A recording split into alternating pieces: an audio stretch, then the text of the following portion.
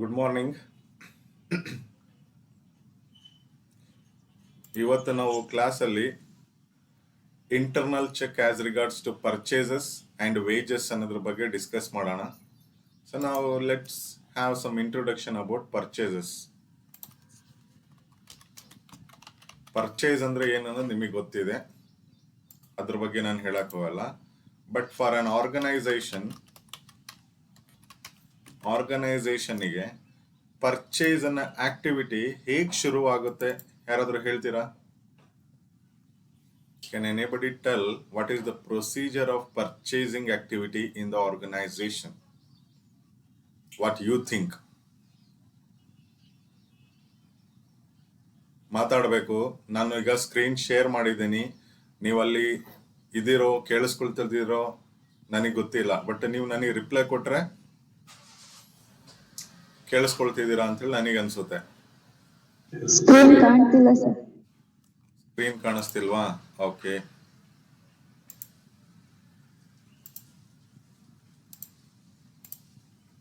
ಈಗ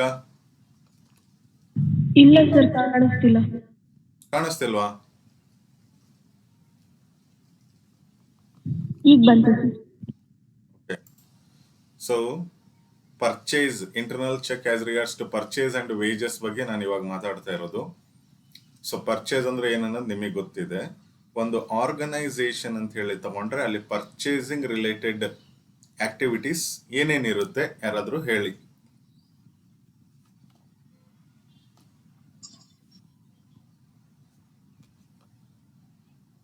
Raw materials, ಒಬ್ರು ಹೇಳ್ತಾ ಇದ್ದಾರೆ raw materials. Next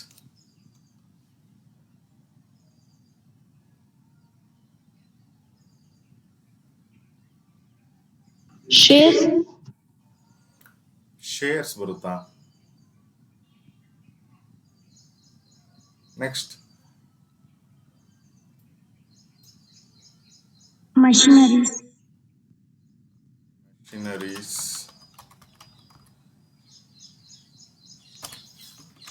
next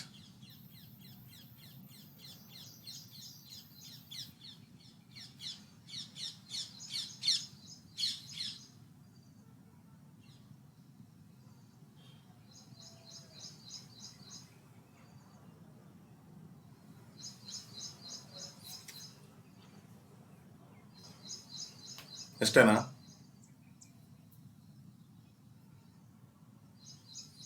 Okay, I agree. You said raw materials and machinery. Raw materials called as goods, machinery called as asset. So, ಏನಾದರೂ difference ಇದೆ ಇವೆರಡರಲ್ಲೂ? Goods purchase ಮಾಡೋದಕ್ಕೂ asset purchase ಮಾಡಲಿಕ್ಕೂ ಒಂದೇ ಥರ ಪಾಲಿಸಿನ ಮೇಂಟೈನ್ ಮಾಡ್ತಾರೆ ಆರ್ಗನೈಸೇಷನ್ ಅಲ್ಲಿ. What is the procedure then?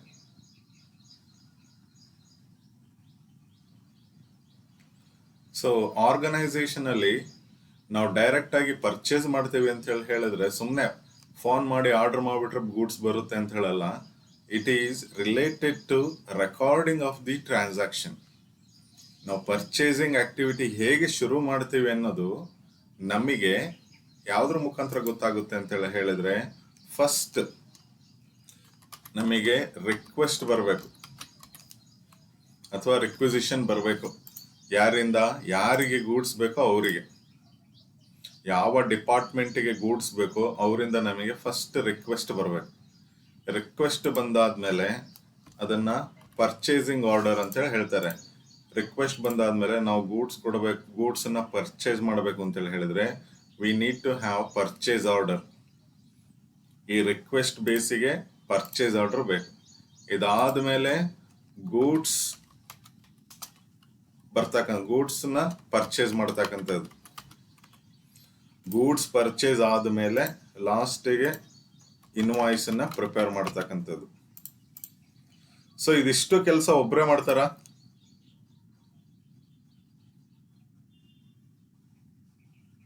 no sir, ಇದಿಷ್ಟು ಕೆಲಸ ಒಬ್ಬರೇ ಮಾಡಬಾರ್ದು. ಯಾಕಂತ ಹೇಳಿದ್ರೆ ಮಾಡಿದ್ರೆ ಬಿಗಿನಿಂಗ್ ಇಂದ ಎಂಡ್ ತನಕ ಎಲ್ಲಾ ಎಂಟೈರ್ ಪ್ರೊಸೆಸ್ ಅವ್ರಿಗೆ ಗೊತ್ತಿರುತ್ತೆ. ಅಲ್ಲಿ ಏನಾದ್ರೂ ಮಿಸ್ಟೇಕ್ಸ್ ಆಗ್ತಕ್ಕಂಥ ಚಾನ್ಸಸ್ ಇರುತ್ತೆ. ಸೊ ಈ ರೀತಿ ಒಂದು ಪ್ರೊಸೀಜರ್ ಪರ್ಚೇಸಿಂಗ್ ರಿಲೇಟೆಡ್ ಈ ತರ ಪ್ರೊಸೀಜರ್ ಒಂದು ಆರ್ಗನೈಸೇಷನ್ ಅಲ್ಲಿ ಇಂಟರ್ನಲ್ ಚೆಕ್ ಸಿಸ್ಟಮ್ ಹೇಗಿದೆ ಅಂತ ಹೇಳಿ auditor has to find out.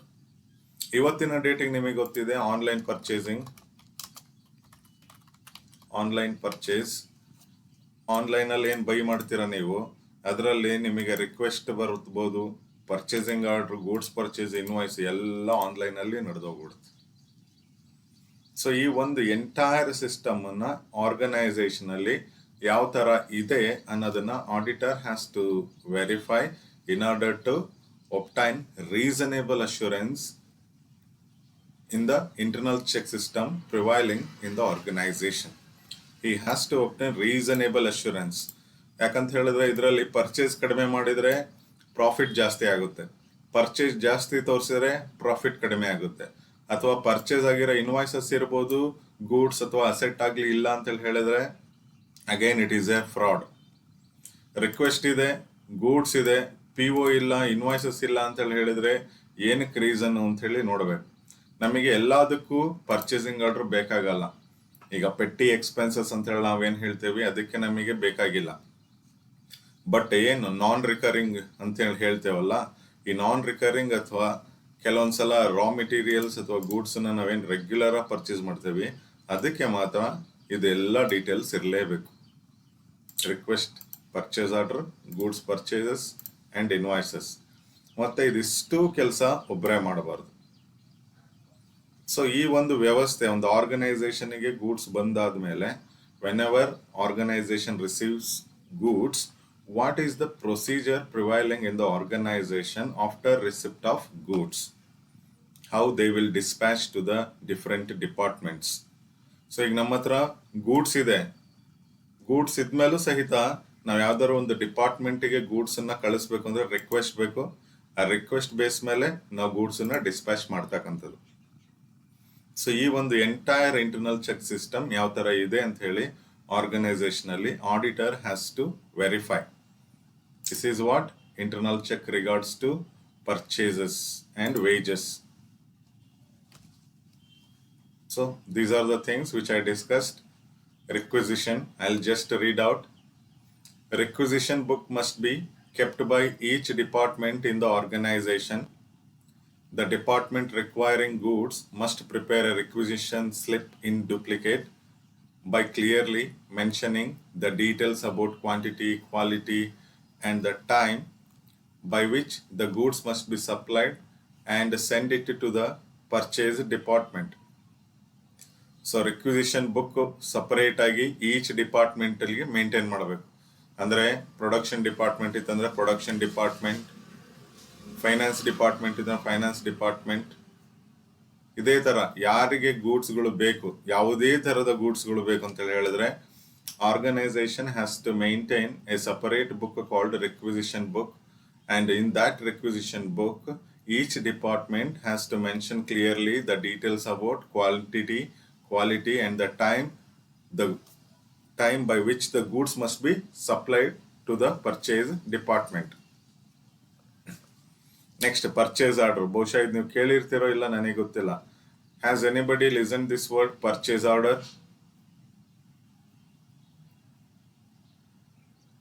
No, sir. So ಈ ಪರ್ಚೇಸ್ ಆರ್ಡರ್ ಅಂತ ಹೇಳಿದ್ರೆ ಇಲ್ಲಿ ನಮಗೆ ರೆಕ್ವಿಸಿಷನ್ಸ್ ಬರುತ್ತೆ. ರೆಕ್ವಿಸಿಷನ್ ಬಂದಾದ್ಮೇಲೆ ನಮಗೆ ಗೂಡ್ಸ್ ಎಲ್ಲೆಲ್ಲಿ ಸಿಗುತ್ತೆ ಅನ್ನೋದು ಗೊತ್ತಾಗುತ್ತೆ. ನಾವು ಅವ್ರ ಹತ್ರದಿಂದ ಕೊಟೇಶನ್ ಅನ್ನ ತರಿಸ್ಕೊಳ್ತಕ್ಕಂಥದ್ದು. ಆ ಕೊಟೇಶನ್ಗೆ ಒಂದು ನಂಬರ್ ಅಂತ ಹೇಳಿ ಕೊಟ್ಟಿರ್ತಾರೆ. ಆ number starts with PO, alpha numeric starts with PO. ಅದನ್ನ ನಾವು ಪರ್ಚೇಸ್ ಆರ್ಡರ್ ಅಂತೇಳಿ ಹೇಳ್ತೀವಿ. ಈ ಪರ್ಚೇಸ್ ಆರ್ಡರ್ ಅಲ್ಲಿ ಏನೇನು ಇರುತ್ತೆ ಅಂತ ಹೇಳಿದ್ರೆ I'll just go through this. After the receipt of requisition slip, the purchase department should invite quotations from the vendors and select the vendor who supplies quality goods at a reasonable price. Then the purchase department should prepare 4 copies of purchase orders. 1 copy should be sent to the vendor, second to the store, third to the accounting department. ಅಂತ ಹೇಳಿದ್ರೆ ನಾವು ಈ quotation ಕರೆಯೋದ್ರಿಂದ ನಮಗೆ ಬೇರೆ ಬೇರೆ vendors ಯಾವ ತರ pricing ಇಟ್ಟಿದ್ದಾರೆ ಅನ್ನೋದು ಗೊತ್ತಾಗುತ್ತೆ. ಅದರಲ್ಲಿ ಬೆಸ್ಟ್ ಪ್ರೈಸ್ ಬೆಸ್ಟ್ ಅಂತ ಹೇಳಿದ್ರೆ ಕಡಿಮೆ ಪ್ರೈಸ್ ಜಾಸ್ತಿ ಕ್ವಾಂಟಿಟಿ ಕ್ವಾಲಿಟಿ ಗೂಡ್ಸ್ ಸಿಗ್ತಕ್ಕಂಥ ವೆಂಡರ್ನ ಇಲ್ಲಿ ಸೆಲೆಕ್ಟ್ ಮಾಡ್ತಕ್ಕಂಥದ್ದು. ಈಗ ನೀವು ನಮ್ಮ ಕಾಲೇಜ್ ನೋಡಿದ್ರು ಅಷ್ಟೇ, ಕಾಲೇಜಲ್ಲಿ ಈಗ ಎಕ್ಸಾಂಪಲ್ ಡೆಸ್ಕ್ಗಳು ಇದಾವೆ. ಈಗ ಅಡಿಷನಲ್ ಆಗಿ ಹೊಸ ಡೆಸ್ಕ್ ತರಿಸ್ಬೇಕು ಅಂತ ಹೇಳಿದ್ರೆ ನಾವು ಈ ತರ ಒಂದು ರಿಕ್ವಿಸಿಷನ್ ರೆಡಿ ಮಾಡಿ ಪರ್ಚೇಸ್ ಆರ್ಡರ್ ತಗೊಂಡು ಆಮೇಲೆ ಪರ್ಚೇಸ್ ಮಾಡಬೇಕಾಗುತ್ತೆ. ಸುಮ್ಮನೆ ಡೈರೆಕ್ಟ್ ಆಗಿ ನಾವು ಹೋಗಿ ಪರ್ಚೇಸ್ ಮಾಡ್ಲಿಕ್ಕೆ ಆಗೋದಿಲ್ಲ. There is a limit condition ಮತ್ತೆ ಪ್ರೊಸೀಜರ್ ಇದೆ, ಯಾವ ತರ ಗೂಡ್ಸ್ ನ ಪರ್ಚೇಸ್ ಮಾಡಬೇಕು ಅಂತೇಳಿ. ಸೊ ಆರ್ಗನೈಸೇಷನ್ ನೀವು ಎಲ್ಲೇ ಹೋದ್ರು ಈ ಪ್ರೊಸೀಜರ್ಗಳನ್ನ ನೀವು ಫಾಲೋ ಅಪ್ ಮಾಡಬೇಕಾಗಿ ಬರುತ್ತೆ. ಈ ಪರ್ಚೇಸ್ ಆರ್ಡರ್ ಅಲ್ಲಿ ಕ್ವಾಲಿಟಿ, ಕ್ವಾಂಟಿಟಿ ಮತ್ತೆ ಪ್ರೈಸ್, ಯಾವ ಡೇಟಿಗೆ ನೀವು ಆರ್ಡರ್ ಮಾಡಿದ್ರೆ ಎಷ್ಟು ದಿವಸದಲ್ಲಿ ನಿಮಗೆ ಸಪ್ಲೈ ಆಗುತ್ತೆ ಅನ್ನೋ ಎಲ್ಲಾ ಡೀಟೇಲ್ಸು ಇರುತ್ತೆ. ಸೊ ಯಾವಾಗ ಇದು ಪರ್ಚೇಸ್ ಆರ್ಡರ್ ಫೈನಲೈಸ್ ಆಗುತ್ತೆ, ಆ ಫೈನಲೈಸ್ ಆಗಿರೋ ಕಾಪಿನ ಒಂದು ಸ್ಟೋರ್ ಡಿಪಾರ್ಟ್ಮೆಂಟ್ಗೆ, ಒಂದು ಅಕೌಂಟ್ ಡಿಪಾರ್ಟ್ಮೆಂಟ್ಗೆ, ಒಂದು ವೆಂಡರಿಗೆ ಕಳಿಸಿ ಕೊಡಬೇಕಾಗಿ ಬರುತ್ತೆ. Next receipt of goods. Receipt of goods ಅಂತೇಳಿ ಹೇಳಿದ್ರೆ ಆರ್ಗನೈಸೇಷನ್ ರಿಕ್ವೆಸ್ಟ್ ಕೊಡ್ತಾರೆ, ರಿಕ್ವೆಸ್ಟ್ ಇಂದ ಪರ್ಚೇಸಿಂಗ್ ಆರ್ಡರ್ ಆಗುತ್ತೆ, ಪರ್ಚೇಸ್ ಆರ್ಡರ್ ಫೈನಲೈಸ್ ಆದ್ಮೇಲೆ ಗೂಡ್ಸ್ ಆರ್ಗನೈಸೇಷನ್ ಬರುತ್ತೆ. ಆರ್ಗನೈಸೇಷನ್ಗೆ ಗೂಡ್ಸ್ ಬಂದಾದ್ಮೇಲೆ ನಾವೇನ್ ಇಲ್ಲಿ ಪರ್ಚೇಸ್ ಆರ್ಡರ್ ಫೈನಲೈಸ್ ಮಾಡಿರ್ತೇವೆ ಅದರ ಪ್ರಕಾರನೇ ಗೂಡ್ಸ್ ಬಂದಿದೆಯಾ ಮತ್ತೆ ಯಾವ ಡಿಪಾರ್ಟ್ಮೆಂಟ್ಸ್ ರಿಕ್ವೈರ್ಮೆಂಟ್ ಏನಿದೆ ಅದರ ಪ್ರಕಾರನೇ ನಾವು ಗೂಡ್ಸ್ ತರಿಸಿದೇವ ಅಂತ ಹೇಳಿ ಇಲ್ಲಿ ಚೆಕ್ ಮಾಡ್ಬೇಕು. ಈ ಬಂದಿರತಕ್ಕಂತ ಗೂಡ್ಸ್ ಅನ್ನ ಗೂಡ್ಸ್ ಇನ್ವರ್ಡ್ಸ್ ಬುಕ್ ಅಂತ ಹೇಳಿ ಪರ್ಚೇಸ್ ಇನ್ವರ್ಡ್ ಬುಕ್ ಅಂತ ಹೇಳಿ ನೀವು ಕಲ್ತಿದ್ದೀರಲ್ವ, ಅದರಲ್ಲಿ ನಾವು ಎಂಟ್ರಿ ಮಾಡಬೇಕು. ಅದರಲ್ಲಿ ಎಂಟ್ರಿ ಮಾಡಿ ಆಮೇಲೆ ನಮಗೆ ಇಲ್ಲಿ ಸ್ಟಾರ್ಟಿಂಗ್ ರಿಕ್ವಿಸಿಷನ್ ಏನ್ ಬಂದಿರುತ್ತಲ್ಲ, ಈ ರಿಕ್ವಿಸಿಷನ್ ಪ್ರಕಾರ ಯಾವ ಡಿಪಾರ್ಟ್ಮೆಂಟ್ಗೆ ಎಷ್ಟು ಗೂಡ್ಸ್ ಬೇಕು ಅಂತ ಹೇಳಿ ನಾವು ಕಳಿಸಿ ಕೊಡಬೇಕು. ಅಂದ್ರೆ ನಮಗೆ ಗೂಡ್ಸ್ ಬಂದಿದೆ, ಸದ್ಯದಲ್ಲಿ ಗೂಡ್ಸ್ ಕಳಿಸ್ಕೊಡ್ತೀವಿ ಅಂತ ಹೇಳಿ ಯಾವ ಡಿಪಾರ್ಟ್ಮೆಂಟ್ ಇಂದ ರಿಕ್ವಿಸಿಷನ್ ಬಂದಿರುತ್ತಲ್ಲ ಅವರಿಗೆ ಇಂಟಿಮೇಟ್ ಮಾಡಬೇಕು. Then last preparation of invoice. ಯಾರು ಇದು ಇನ್ವಾಯ್ಸ್ ಪ್ರಿಪೇರ್ ಮಾಡ್ತಾರೆ ಅಂತ ಹೇಳಿ ಹೇಳಿದ್ರೆ the purchase department should check the suppliers invoice and then send it to accounting department for payment.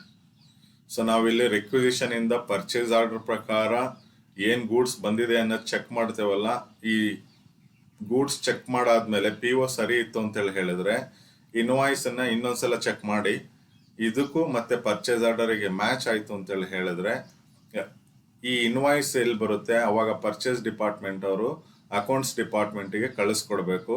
Account department ಅವರು ಈ ಪರ್ಚೇಸ್ ಆರ್ಡರ್ ಜೊತೆ ಇನ್ವಾಯ್ಸ್ ಅನ್ನ ಚೆಕ್ ಮಾಡಿ ಏನಾದ್ರೂ ವೆರಿಫಿಕೇಶನ್ ಇತ್ತು ಅಂತ ಹೇಳಿದ್ರೆ ಕ್ಯಾಲ್ಕುಲೇಷನ್ ಮಿಸ್ಟೇಕ್ಸ್ ಏನಾದ್ರು ಇತ್ತು ಅಂದ್ರೆ ಚೆಕ್ ಮಾಡ್ತಾರೆ. ನೆಕ್ಸ್ಟ್ ಗೂಡ್ಸ್ ಬಂದಿರೋದಕ್ಕೆ ರಿಸಿಪ್ಟ್ ಆಫ್ ಗೂಡ್ಸ್ಗೆ ಕನ್ಫರ್ಮೇಶನ್ ಬಂದಾದ್ಮೇಲೆ ಪೇಮೆಂಟಿಗೆ ಅರೇಂಜ್ ಮಾಡ್ತಾರೆ. ಸೊ ಈ ಒಂದು ಎಂಟೈರ್ ಸಿಸ್ಟಮ್ ಅನ್ನ ನೋಡಬೇಕು ಅಂತ ಹೇಳಿದ್ರೆ auditor has to look into detail in all these activities.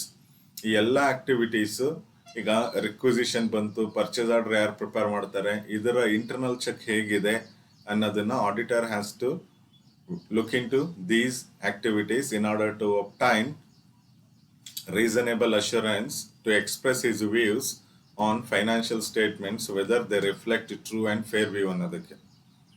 So ಇದಿಷ್ಟರಲ್ಲಿ ನಿಮಗೆ ಏನಾದರೂ ಡೌಟ್ಸ್ ಇದ್ರೆ ಕೇಳಬಹುದು.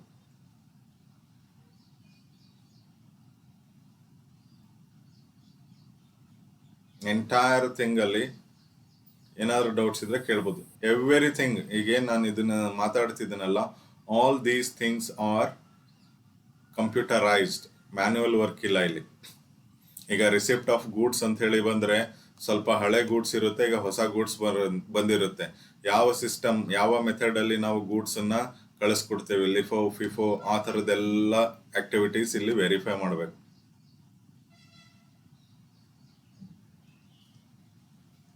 ಸೊ ಇದಿಷ್ಟರಲ್ಲಿ ಏನಾದ್ರು ಡೌಟ್ಸ್ ಇದ್ರೆ ಕೇಳಿ.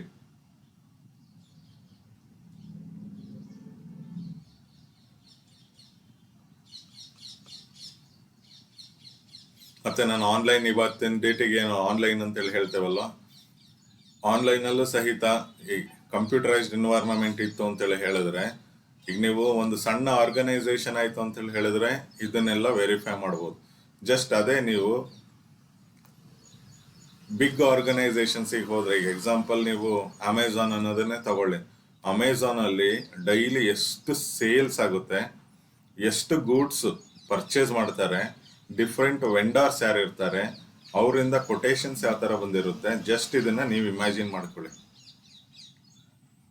ಇಟ್ ಈಸ್ ಅಮೆಝಾನ್ ಅನ್ನೋದು just a platform where different vendors will be selling their goods and customers can purchase goods as per his needs. ಗೊತ್ತಾಯ್ತಾ? So ಆ ಪ್ಲಾಟ್ಫಾರ್ಮ್ ಬೇರೆ, ಈ ಪ್ಲಾಟ್ಫಾರ್ಮ್ ಬೇರೆ. ಇದು ವಿತಿನ್ ಆರ್ಗನೈಸೇಷನ್. ನೀವು ಆನ್ಲೈನ್ ಅಂತ ಹೇಳಿ ಏನು ಹೇಳ್ತಿರಲ್ಲ, ಅದು ಬೇರೆ ಆಗುತ್ತೆ. ಸೊ ಇದಕ್ಕೆ ಸಂಬಂಧಪಟ್ಟಿರೋ ಹಾಗೆ ಏನಾದ್ರು ಡೌಟ್ಸ್ ಇದ್ರೆ ಕೇಳಿ, otherwise I will move to the next topic.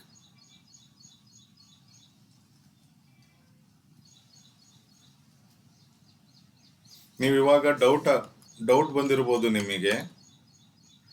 ನಾನು ಮಾತಾಡ್ತಾ ಇರೋದು ಇಂಟರ್ನಲ್ ಚೆಕ್. ಅದೇ ತರ ನಾನು ಟೈಪ್ ಆಫ್ ಆಡಿಟ್ ಹೇಳುವಾಗ ಇಂಟರ್ನಲ್ ಆಡಿಟ್ ಅಂತಾನು ಹೇಳಿದೆ. Is there any difference between this?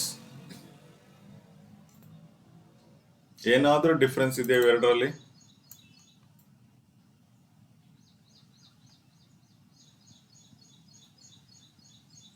ಇದೇ ತರ ನಿಮಗೆ ಟೆಸ್ಟ್ ಅಲ್ಲಿ ಕನ್ಫ್ಯೂಷನ್ ಆಗೋದು.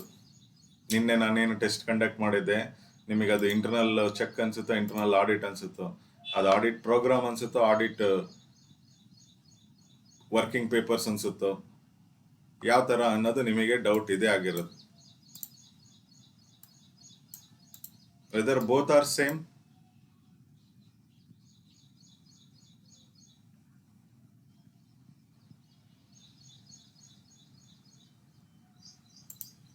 ಇದು ಇಂಟರ್ನಲ್ ಚೆಕ್ ಅಂತ ಹೇಳಿದ್ರೆ ಒಬ್ಬ ಕೆಲಸ ಮಾಡಿರೋದು ಇನ್ನೊಬ್ಬ ವೆರಿಫೈ ಮಾಡೋದು. ಈ ಇಂಟರ್ನಲ್ ಆಡಿಟ್ ಅಂತ ಹೇಳಿದ್ರೆ ಇಂಟರ್ನಲ್ ಚೆಕ್ ಆದ್ಮೇಲೆ ಏನು ಸ್ಟೇಟ್ಮೆಂಟ್ಸ್ ಪ್ರಿಪೇರ್ ಮಾಡಿರ್ತಾರೆ ಅಥವಾ ಟ್ರಾನ್ಸಾಕ್ಷನ್ಸ್ ಎಂಟ್ರಿ ಮಾಡಿರ್ತಾರೆ, ಅದನ್ನ ಬಂದು ಸರಿ ಇದೆಯೋ ಇಲ್ಲ, ಅಕೌಂಟಿಂಗ್ ಪ್ರಿನ್ಸಿಪಲ್ಸ್ ತರ ಪ್ರಕಾರ ಎಂಟ್ರಿ ಮಾಡಿದಾರ ಇಲ್ಲ ಅಂತ ಹೇಳಿ ವೆರಿಫೈ ಮಾಡ್ತಕ್ಕಂಥದ್ದು. ಇದೆರಡು ಆದ್ಮೇಲೆ ಲಾಸ್ಟ್ಗೆ ಬರ್ತಕ್ಕಂಥದ್ದು ಎಕ್ಸ್ಟರ್ನಲ್ ಆಡಿಟ್. ಸೊ ಇದೆರಡರಲ್ಲೂ ಎಷ್ಟು ಎರರ್ಸ್ ಅಂಡ್ ಫ್ರಾಡ್ಸ್ ಕಡಿಮೆ ಆಗುತ್ತೆ, ಎಕ್ಸ್ಟರ್ನಲ್ ಆಡಿಟ್ ವರ್ಕ್ ಅಷ್ಟೇ ಈಸಿ ಇರುತ್ತೆ. ಸೊ ಆಡಿಟರ್ಗೆ ಜಾಸ್ತಿ, ಎಕ್ಸ್ಟರ್ನಲ್ ಆಡಿಟರ್ಗೆ ಜಾಸ್ತಿ ತಲೆನೋವು ಇರೋದಿಲ್ಲ, ಅಂದ್ರೆ ಜಾಸ್ತಿ ರಿಸ್ಕ್ ತಗೊಂಡು ಕೆಲಸ ಮಾಡಬೇಕಾದಂತ ಅವಶ್ಯಕತೆ ಇರೋದಿಲ್ಲ. ಯಾವಾಗ when he look into these things. So ಯಾವಾಗ ಆಡಿಟರ್ಗೆ ರೀಸನೇಬಲ್ ಅಶ್ಯೂರೆನ್ಸ್ ಬರುತ್ತೆ ಇಂಟರ್ನಲ್ ಚೆಕ್ ಮೇಲೆ, ಹಿ ಒಂದು ಆಡಿಟರ್ದು 50% ವರ್ಕ್ ಆಡಿಟ್ ವರ್ಕ್ ಆದಂಗೆ. ಡೌಟ್ಸ್ ಇದ್ರೆ ಕೇಳಿ ಬೇಗ.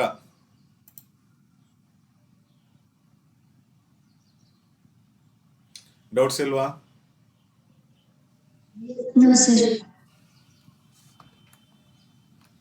Now we will look into internal check regards to wages. Wages ಅಂದ್ರೆ ಏನು?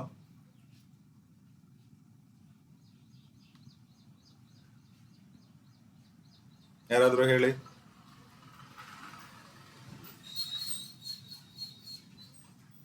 What is mean by wages?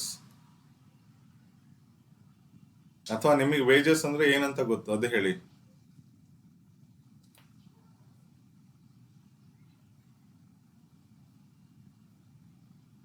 Daily payment. Daily payment ಯಾರಿಗೆ? Employees. Labours. Daily payment to labours. Labours ಎಲ್ಲಿ work ಮಾಡ್ತಾರೆ?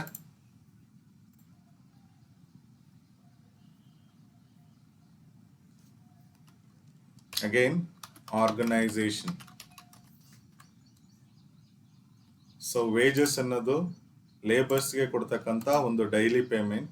ಈ ಲೇಬರ್ಸ್ ಆರ್ಗನೈಸೇಷನ್ ಅಲ್ಲಿ ಇರ್ತಾರೆ. ಈಗ ಲೇಬರ್ ಆರ್ಗನೈಸೇಷನ್ ಅಲ್ಲಿ ವರ್ಕ್ ಮಾಡ್ತಾರೆ ಅನ್ನೋದಕ್ಕೆ ಏನೇನ್ ಡಾಕ್ಯುಮೆಂಟ್ಸ್ ಇಟ್ಟಿರ್ತಾರೆ?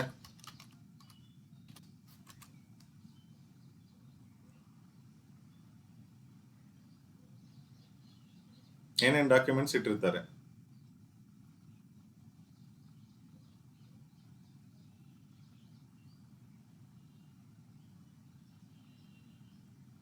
Labor card. Labor card. Okay. Next.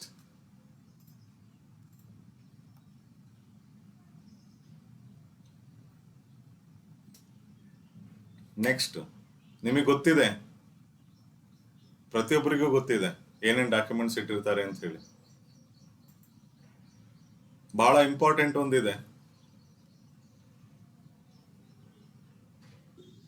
Aadhaar card. No ID. ಇಲ್ಲ, ಲೇಬರ್ ಕಾರ್ಡ್ ಅಂದ್ರೆ ಅದು ID ಕಾರ್ಡ್ ಅದೆಲ್ಲ ಬಂತು. ಇನ್ನ ಒಂದಿದೆ ಬಹಳ ಇಂಪಾರ್ಟೆಂಟ್, ಪ್ರತಿಯೊಬ್ಬರಿಗೂ ಗೊತ್ತಿದೆ ಅದು. Attendance. Exactly, attendance. Next,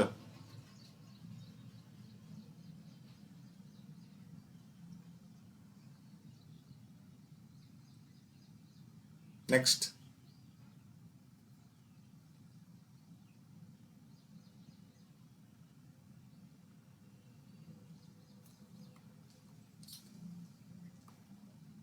wage fixation ಆಗಿರುತ್ತೆ.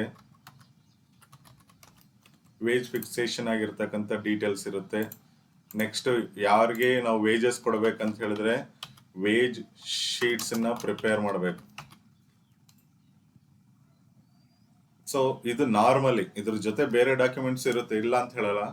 ಸೊ ಲೇಬರ್ ಆಗಿರೋದಕ್ಕೆ ಲೇಬರ್ ID ಕಾರ್ಡ್ ಅಥವಾ ಏನು ಆರ್ಗನೈಸೇಷನ್ ಐಡೆಂಟಿಟಿ ಇಶ್ಯೂ ಮಾಡಿರುತ್ತೆ ಅದು, ಅಟೆಂಡೆನ್ಸ್, ವೇಜ್ ಫಿಕ್ಸೇಷನ್ ಅಥವಾ ವೇಜ್ ಶೀಟ್ಸ್.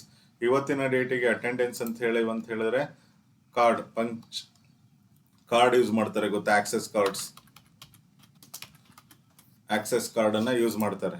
ಅಂದ್ರೆ ಕಂಪ್ಯೂಟರ್ ಅಲ್ಲಿ ಅಥವಾ ಏನಾದ್ರು ಆಕ್ಸೆಸ್ ಪಾಯಿಂಟ್ ಅಲ್ಲಿ ಇರುತ್ತೆ, ಅಲ್ಲಿ ಜಸ್ಟ್ ಕಾರ್ಡ್ ಅನ್ನ ಸ್ವೈಪ್ ಮಾಡಿದ್ರೆ ಸಾಕು, ನಿಮ್ಮ ಅಟೆಂಡೆನ್ಸ್ ಕ್ಯಾಪ್ಚರ್ ಆಗುತ್ತೆ, ಯಾವ ಟೈಮಿಗೆ ಬಂದ್ರಿ, ಯಾವ ಟೈಮಿಗೆ ಹೋದ್ರಿ.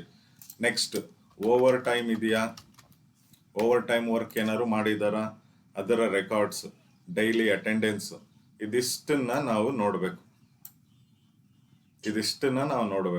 ಸೊ ಇದಿಷ್ಟು entire process related to wages, payment to wages ಒಬ್ಬರೇ ಮಾಡಬಾರ್ದು ಕೆಲಸ. ಈಗ ಎಕ್ಸಾಂಪಲ್, ವೇಜ್ ಪೇಮೆಂಟ್ ಮಾಡಬೇಕು ಅಂತ ಹೇಳಿದ್ರೆ ಪೇಮೆಂಟ್ ಯಾರು ಮಾಡಬೇಕು ಅಂತ ಹೇಳಿದ್ರೆ ಆ ಎಂಪ್ಲಾಯೀಸ್ ಜೊತೆ ಕೆಲಸ ಮಾಡದೇ ಇರ್ತಕ್ಕಂಥ ವ್ಯಕ್ತಿ ಪೇಮೆಂಟ್ ಮಾಡಬೇಕು. ಅಂದ್ರೆ ಈ ಲೇಬರ್ಸ್ ಜೊತೆ ಡೈಲಿ ಯಾರು ಕೆಲಸ ಮಾಡೋದಿಲ್ಲ ಅಲ್ವಾ, ಅಂದ್ರೆ ಡೈಲಿ ವರ್ಕರ್ಸ್ ಬಗ್ಗೆ ಏನು ಗೊತ್ತಿರಲ್ಲ ಅಲ್ವಾ ಇನ್ಫಾರ್ಮೇಶನ್, ಅಂತ ಪರ್ಸನ್ ಪೇಮೆಂಟ್ ಮಾಡಬೇಕು. ಈ ವೇಜ್ ಶೀಟ್ಸ್ ಯಾರು ಪ್ರಿಪೇರ್ ಮಾಡಬೇಕು ಅಂತ ಹೇಳಿದ್ರೆ ಈ ಲೇಬರ್ಸ್ ಆಗ್ಲಿ ಪೇಮೆಂಟ್ ಆಗ್ಲಿ ಯಾರು ಗೊತ್ತಿರಲ್ಲ ಅಂತವ್ರು ಇದನ್ನ ಪ್ರಿಪೇರ್ ಮಾಡಬೇಕು. ಸೊ ಅವಾಗ ಏನಾಗುತ್ತೆ, ಏನಾದ್ರೂ ಎರರ್ಸ್ ಫ್ರಾಡ್ಸ್ ಇತ್ತು ಅಂತ ಹೇಳಿದ್ರೆ ಇಲ್ಲಿ ನಮಗೆ ಗೊತ್ತಾಗ್ಬಿಡುತ್ತೆ. ಯಾಕಂದ್ರೆ ಈಗ ಥರ್ಡ್ ಪರ್ಸನ್ ಪ್ರಿಪೇರ್ ಮಾಡೋದ್ರಿಂದ ಥರ್ಡ್ ಪರ್ಸನ್ಗೆ ಏನು ಫೀಲಿಂಗ್ಸ್ ಇರಲ್ಲ, ಇವ್ರು ಪರಿಚಯ ಇರೋರು, ಇವ್ರು ಆಮೇಲೆ ರೆಕಾರ್ಡ್ಸ್ ಕೊಡ್ಬೋದು, ಆ ತರ. ಸೊ ಡೈರೆಕ್ಟ್ ಆಗಿ ತಪ್ಪಿದ್ರೆ ತಪ್ಪು, ಸರಿ ಇದ್ರೆ ಸರಿ ಅಂತೇಳಿ ಹೇಳ್ತಾರೆ. ಸೊ ಈ ತರದ ಎಂಟೈರ್ ವರ್ಕ್ ಏನಿದೆ, ಈ ಎಲ್ಲಾ ವರ್ಕು ಒಬ್ಬರೇ ಮಾಡ್ಲಿಕ್ಕೆ ಆಗ್ಬಲ್ಲ. ಅಕಸ್ಮಾತ್ ಕಡಿಮೆ ಲೇಬರ್ಸ್ ಇರ್ತಕ್ಕಂಥ ಆರ್ಗನೈಸೇಷನ್ ಅಲ್ಲಿ ಇದೆಲ್ಲ ಕೆಲಸ ಒಬ್ಬರೇ ಮಾಡಿದ್ರೆ ಇದು ಏನಾಗುತ್ತೆ, ಈ ಏರಿಯಾದಲ್ಲಿ ಅಗೇನ್ ಎರರ್ಸ್ ಫ್ರಾಡ್ಸ್ ಆಗ್ಲಿಕ್ಕೆ ಆಗುತ್ತೆ. ಎಕ್ಸಾಂಪಲ್, ನೀವು ಸತ್ಯಂ ಕಂಪನಿ ಎಕ್ಸಾಂಪಲ್ ಕೊಟ್ಟಿದ್ನಲ್ಲ, ಅಲ್ಲಿ ಇದೇ ತರಾನೇ ಆಗಿರೋದು. ಅಲ್ಲಿ ಎಂಪ್ಲಾಯೀಸ್ ಇಲ್ಲ, ಬಟ್ ಎಂಪ್ಲಾಯೀಸ್ ನೇಮ್ ಅಲ್ಲಿ ಸ್ಯಾಲರಿ ಡ್ರಾ ಮಾಡಿದ್ದಾರೆ, ಆ ತರ ಅಕೌಂಟ್ಸ್ ಪ್ರಿಪೇರ್ ಮಾಡಿದ್ದು. ಸೊ ಇದು ಎಲ್ಲಾ ಕೆಲಸ ಇದೆಯಲ್ಲ, ಇದು ಒಬ್ಬರೇ ಮಾಡಬಾರ್ದು, ಎಲ್ಲ ಬೇರೆ ಬೇರೆಯವರು ಮಾಡ್ತಾ ಇರ್ಬೇಕು. ಒಬ್ರಿಗೊಬ್ರಿಗೆ ಸಂಬಂಧ ಇಲ್ಲ ಅಂತ ಹೇಳಿದಾಗ ಅವಾಗ ಇದು ಎಂಟೈರ್ ಪ್ರೋಸೆಸ್ ಏನಾಗುತ್ತೆ, ಸರಿ ಹೋಗುತ್ತೆ. ಸೊ ಈ ಒಂದು internal check regards to wages ಅಥವಾ ವೇಜ್ ಪೇಮೆಂಟ್ ಯಾವ ತರ ಇರುತ್ತೆ ಅಂತ ಹೇಳಿ ನಾವು we will look into this.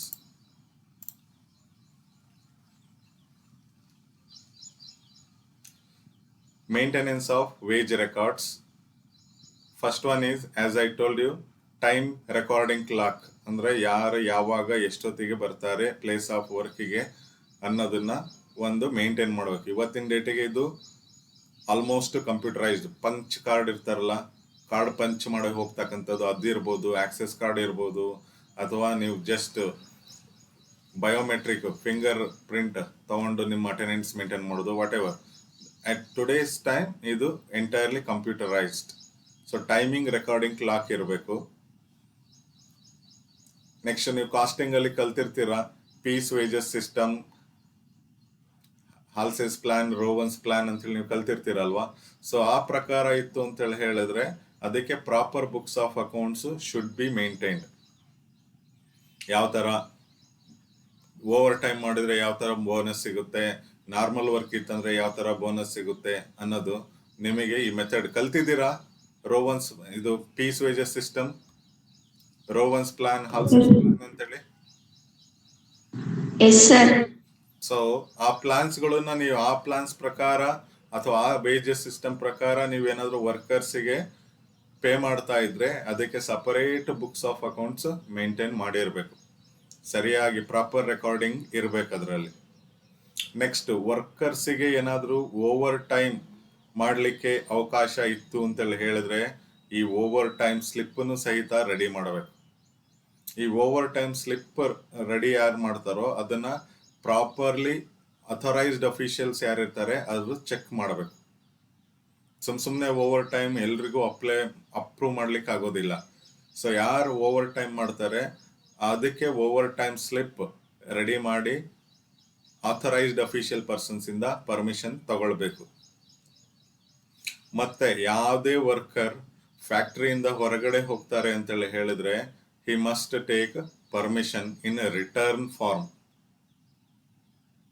Return form ಅಲ್ಲಿ ಪರ್ಮಿಷನ್ ತಗೊಂಡೇ ಹೋಗ್ಬೇಕು, ಸುಮ್ನೆ ಬಾಯಿ ಮಾತಲ್ಲಿ ಹೋಗಿ ಬರ್ತೇನೆ ಅಂತೇಳಿ ಹೇಳೋ ಹಾಗಿಲ್ಲ. If casual workers are also employed in the organisation, ಅಂದ್ರೆ ರೆಗ್ಯುಲರ್ ವರ್ಕರ್ಸ್ ಬಿಟ್ಟು ಬೇರೆಯವ್ರು ಯಾರು ಇದ್ರು ಅಂತ ಹೇಳಿದ್ರೆ ಅಂತವ್ರು ಸಹಿತ ಲೀಸ್ಟ್ ರೆಡಿ ಮಾಡಬೇಕು. ಯಾವ್ಯಾವ ಡಿಪಾರ್ಟ್ಮೆಂಟ್ ಅಲ್ಲಿ ಅವ್ರು ಇದ್ದಾರೆ ಆ ಲೀಸ್ಟ್ ಪ್ರಿಪೇರ್ ಮಾಡಿರೋದು ಯಾರಿದ್ದಾರೆ ಅದನ್ನ ಅಪ್ರೂವಲ್ಗೆ ಪ್ರಾಪರ್ ಅಫಿಷಿಯಲ್ ಅಥರೈಸ್ ಪರ್ಸನ್ ಇಂದ ಅಪ್ರೂವಲ್ ತಗೊಳ್ಬೇಕು. So these are the records which organisation need to maintain in order to have smoothly payment as wages. So ಈ ವೇಜಸ್ ರೆಕಾರ್ಡ್ಸ್ಗಳಲ್ಲಿ ಟೈಮ್ ರೆಕಾರ್ಡ್ ಆಯಿತು, ಪೀಸ್ ವೇಜಸ್ ಸಿಸ್ಟಮ್ ಆಯಿತು, ಓವರ್ ಟೈಮ್ ಸ್ಲಿಪ್ ಆಯಿತು, ಯಾರಾದರೂ employee ಅಥವಾ ವರ್ಕರ್ ಆರ್ಗನೈಸೇಷನ್ ಇಂದ ಹೊರಗಡೆ ಹೋಗ್ಬೇಕಂದ್ರೆ ರಿಟರ್ನ್ ಫಾರ್ಮ್ ಅಲ್ಲಿ ಪರ್ಮಿಷನ್ ತಗೊಂಡು ಹೋಗ್ಬೇಕು. ಮತ್ತೆ ರೆಗ್ಯುಲರ್ ಲೇಬರ್ಸ್ ಜೊತೆ ಕ್ಯಾಶುಯಲ್ ವರ್ಕರ್ಸ್ ಯಾರಾದರೂ ಇದ್ರೆ ಯಾವ್ಯಾವ ಡಿಪಾರ್ಟ್ಮೆಂಟ್ ಅಲ್ಲಿ ಎಷ್ಟು ಜನ ಇದ್ದಾರೆ ಮತ್ತೆ ಅದರ ಸಪರೇಟ್ ಲಿಸ್ಟ್ ಪ್ರಿಪೇರ್ ಮಾಡಿ ಅದಕ್ಕೆ authorised permission from the necessary officer ಇಂದ ತಗೊಳ್ಬೇಕು. These are the wage records. ನಾವು ವೇಜ್ ಶೀಟ್ ಇದನ್ನ ಯಾರು ಪ್ರಿಪೇರ್ ಮಾಡ್ತಾರೆ ಅಂತ ಹೇಳಿದ್ರೆ ನಾರ್ಮಲಿ ನಾವು ಯಾರು ಕ್ಯಾಶಿಯರ್ ಅಂತ ಹೇಳ್ತೇವೆ ಅಥವಾ ಯಾರಿಗೆ ಅಕೌಂಟ್ಸ್ ಮಾಡ್ತಾ ಇರ್ತಾರೆ ಈ ಲೇಬರ್ ರಿಲೇಟೆಡ್ ರೆಕಾರ್ಡ್ಸ್ ಮೇಂಟೈನ್ ಮಾಡ್ತಾ ಇರ್ತಾರೆ ಅವ್ರು ಬಿಟ್ಟು ಬೇರೆ person as per these records has to prepare wage sheets. ಇದರಲ್ಲಿ ಯಾರು ಕೆಲಸ ಮಾಡಿರ್ತಾರಲ್ಲ ಈ ಮೇಂಟೆನೆನ್ಸ್ ಆಫ್ ವೇಜ್ ರೆಕಾರ್ಡ್ಸ್ ಅಂತೇನು ಹೇಳಿದ್ನಲ್ಲ, ಈ ವೇಜ್ ರೆಕಾರ್ಡ್ಸ್ ಇದಿಷ್ಟು ಯಾರು ಪ್ರಿಪೇರ್ ಮಾಡ್ತಾರಲ್ಲ ಅವ್ರನ್ನ ಬಿಟ್ಟು ಈ ವೇಜ್ ಶೀಟ್ಸ್ ಪ್ರಿಪೇರ್ ಮಾಡಬೇಕು. So I just go through this. The work of preparation of wage sheets should be done by a separate department. ನಾನು ಅವಾಗಲೇ ಹೇಳಿದೆ ಆ ವೇಜ್ ರೆಕಾರ್ಡ್ಸ್ ಯಾರು ಪ್ರಿಪೇರ್ ಮಾಡ್ತಾರೆ ಅವರನ್ನ ಬಿಟ್ಟು ಇದನ್ನ ಪ್ರಿಪೇರ್ ಮಾಡಬೇಕು. This work should be done at least by 4 clerks so that irregularities may be minimized. Depending upon the labour strength ಎಷ್ಟು ಜನ ಕ್ಲರ್ಕ್ ಬೇಕು ಅಂತ ಹೇಳಿ ಅಷ್ಟು ಜನ ಕ್ಲರ್ಕಿಗೆ ವೇಜ್ ಶೀಟ್ ಪ್ರಿಪೇರ್ ಮಾಡಲಿಕ್ಕೆ ಪರ್ಮಿಷನ್ ಕೊಡ್ಬೋದು. For instance 2 clerks should examine the time records, piece wages records, overtime records, etc. The third clerk should prepare individual employee statement, that is address of the worker, work done and the rate of wages.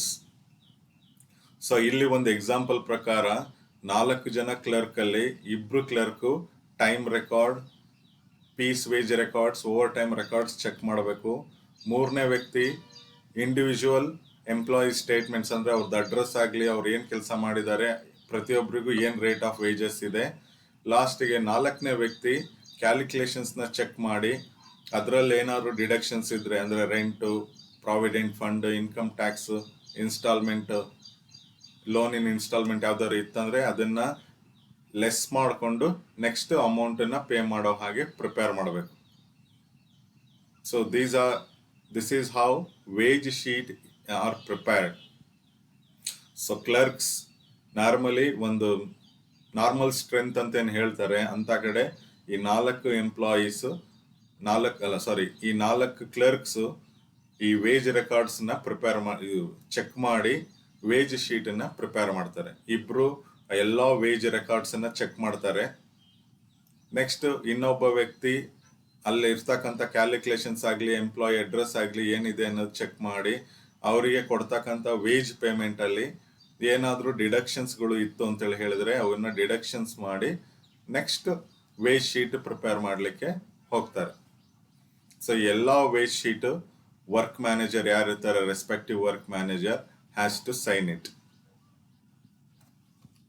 And lastly, how to make payment of wages.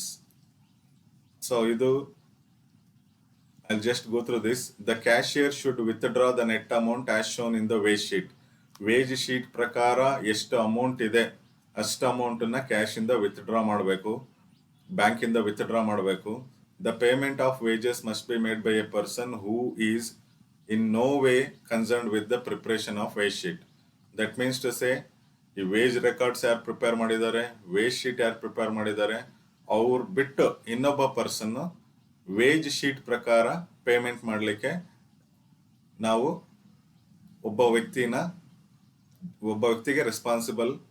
ಒಂದು responsibility ಕೊಡಬೇಕು. Each worker who is to receive the wages should be present at the time of disbursement. ಯಾರು ವೇಜಸ್ನ receive ಮಾಡ್ಕೊಳ್ಳೋ ಟೈಮಲ್ಲಿ ಅವರು present ಇರಲೇಬೇಕು. The foreman of each department should present at the time of payment to identify the workers of his section.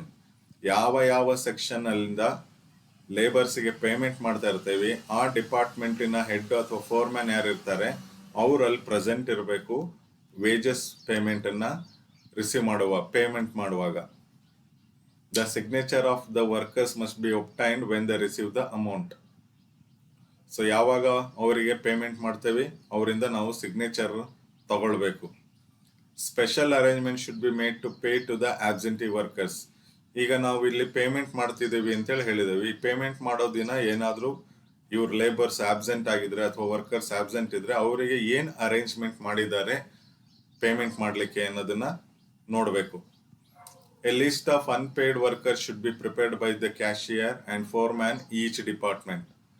So ಯಾರು absent ಆಗಿರ್ತಾರೆ ಅಥವಾ ಯಾರಿಗೆ wages ಅಥವಾ ಪೇಮೆಂಟ್ ಆಗಿರಲ್ಲ ಅವ್ರದ್ದು ಒಂದು ಲಿಸ್ಟ್ ಪ್ರಿಪೇರ್ ಮಾಡಬೇಕು ಬೈ ಈಚ್ ಡಿಪಾರ್ಟ್ಮೆಂಟ್.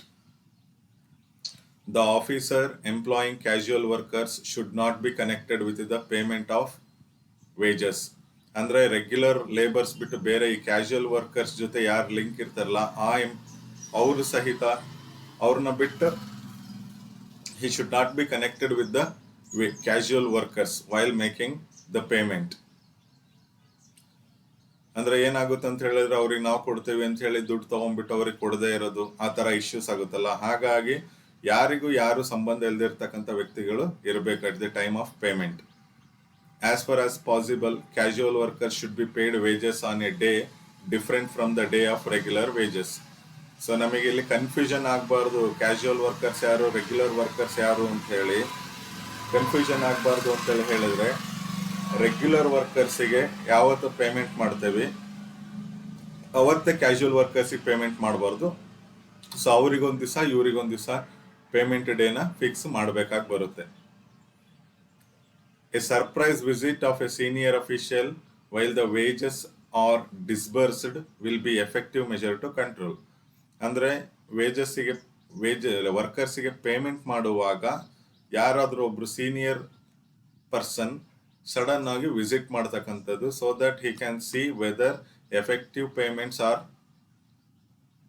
ಅಂದರೆ ಲೇಬರ್ಸಿಗೆ ಎಫೆಕ್ಟಿವ್ ಆಗಿ ಪೇಮೆಂಟ್ ಕೊಡ್ತಿದ್ದಾರೆ ಅಥವಾ ಅವರಿಂದ ಏನಾದರೂ ₹100 ಕೊಟ್ಟು ₹5 ವಸೂಲಿ ಮಾಡೋದು ಆ ಥರ ಏನಾದ್ರು ಮಾಡ್ತಿದ್ದಾರೆ ಅಂತ ಹೇಳಿ ನೋಡಬೇಕು. So these are the procedure related to payment of wages. So wages ಅಂತ ಹೇಳಿ ಬಂದರೆ ಒಂದು ವೇಜ್ ರೆಕಾರ್ಡ್, ವೇಜ್ ಶೀಟ್, ಮತ್ತೆ ಯಾವ ಥರ ಪೇಮೆಂಟ್ ಮಾಡಬೇಕು ಅಂತ ಹೇಳಿ. ಸೊ ಇದಿಷ್ಟರಲ್ಲಿ ನಿಮಗೆ ಏನಾದ್ರು ಡೌಟ್ಸ್ ಇದ್ರೆ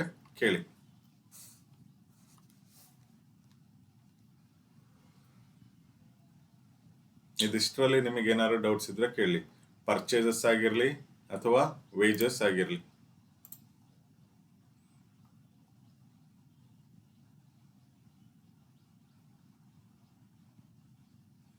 ಸೊ ಇನ್ 1 hour ಕ್ಲಾಸಲ್ಲಿ ನಂದು ಇದು ಇಂಟರ್ನಲ್ ಚೆಕ್ ಮುಗ್ದೋಗುತ್ತೆ ಚಾಪ್ಟರ್.